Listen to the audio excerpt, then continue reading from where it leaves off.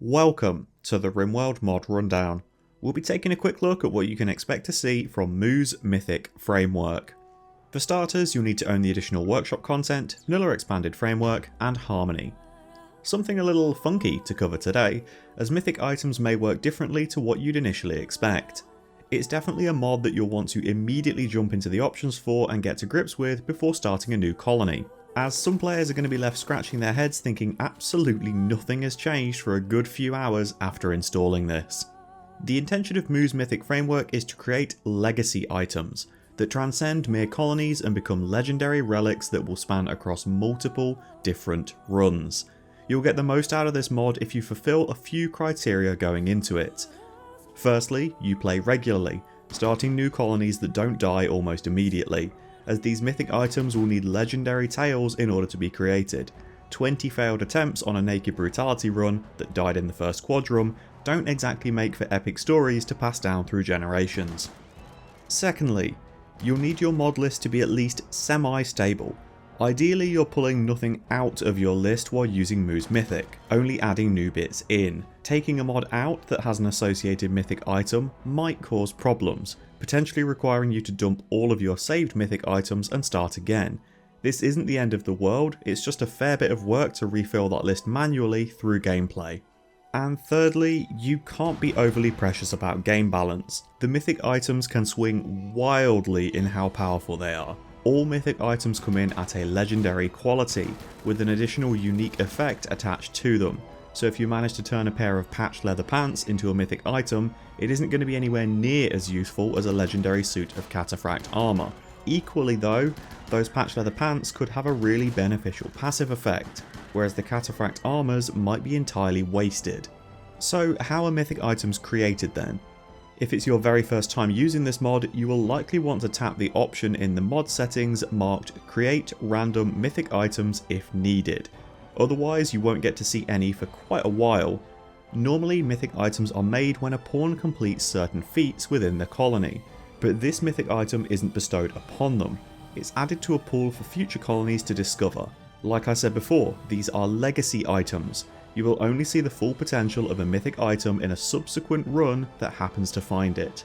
These mythics can be created by killing enough humans, mechs, insects or thrumbos, with larger kill counts increasing the tier of effect applied to the weapon. Welcome to the kill count, where we tally up the victims. You can see these values in the mod options under the threshold checkbox.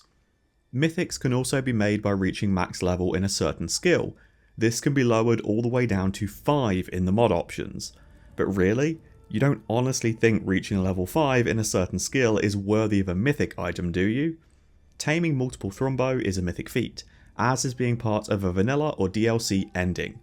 The last option is unlocking the tech for myth making, which will allow you to build an item that can forcibly generate a mythic item based on what the pawn has equipped. This costs 2,500 silver, 50 gold and 150 jade to make, so it isn't exactly cheap. But it is an option if you feel that a colonist has earned a mythic item being named after them going forward into a future playthrough, despite them not having perhaps achieved one of the preset goals of the mod. Mythic items will be created based on what the pawn is wearing at the time of reaching the specified threshold. You'll typically find that kill focused achievements will create a weapon, whereas skill based feats will make clothing or armour. It's why the myth maker is so strong. You can strip down a pawn to a single item to guarantee that that exact item will be turned into a mythic. Pawns are excluded from generating new mythic items if they're already wearing or wielding one by default, as this can lead to bonkers power creep. If you want to override this, there is an option that mythic item owners can create new mythic items. You just need to tick it.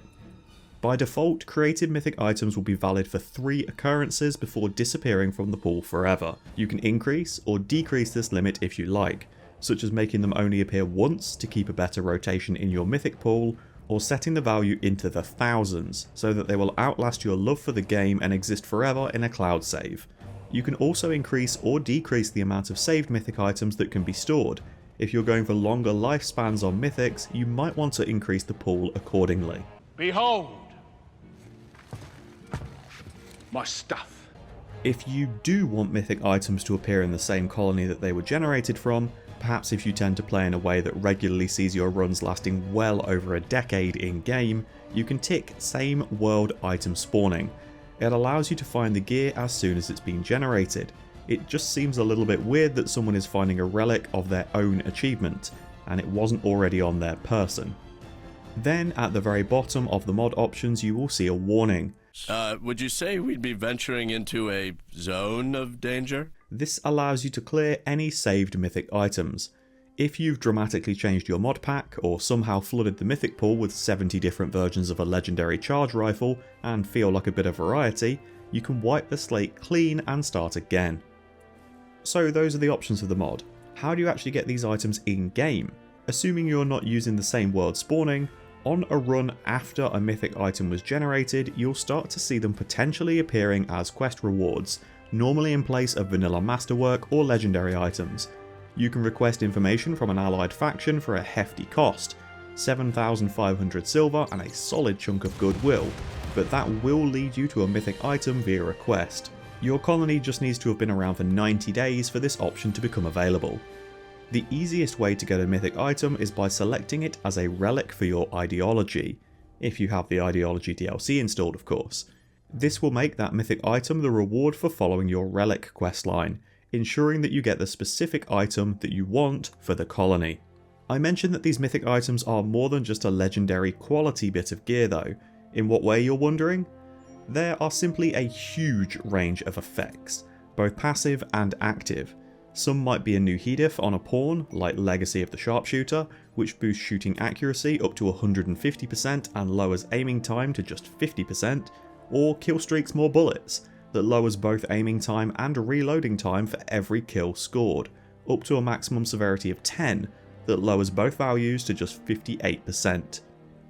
You might get an active effect on weapons, with a lengthy cooldown that adds a great degree of flexibility to the firearm, like an EMP blast or an attached rocket launcher.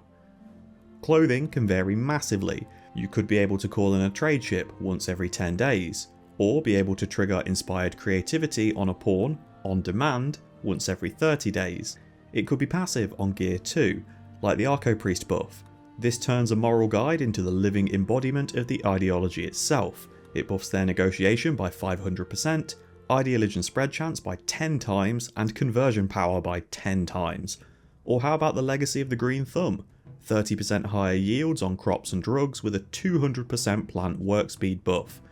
You can also get unique buffs that unlock the ability to interact with very specific crafting recipes, like the Epicurean Delight, hyper efficient kibble, or medicine upgrading. Without the mythic item that allows for these recipes to be used, you'll likely want to leave them unresearched, so they aren't bloating your workbench menus. I could go on, but there's simply a ridiculous amount of buffs and actives to discover, as well as Moo continually updating the mod with new effects through community suggestion and inspirations from recent DLCs or other mods. Half of the fun is in the discovery of what nonsense item the game has made for you this time. Is this mod overpowered? Well, yeah, but you're not coming to a mod that focuses on mythic items, things that are supposed to be god tier, with the intention of playing fairly, are you? Self-moderation is key with this. You can choose to use them as soon as they appear, or not, as well as tweak how many times they're allowed to appear before disappearing forever. I enjoy keeping the rotation of mythic items fresh, so these days they're a one and done for me. A treasure unearthed from a legend of old, only to be utterly used, abused, and wasted by a colony full of drugged out idiots that nearly died to a pack of guinea pigs in their first year of existence. Thanks for watching folks. If you have any mods you'd like to see a full breakdown for, or suggestions of mods you'd like to see covered, feel free to leave them in the comments, I might get around to them. I'll be back again soon with another Rimworld mod rundown. Wherever you are in the world, enjoy the rest of your morning, afternoon, or evening. Take care.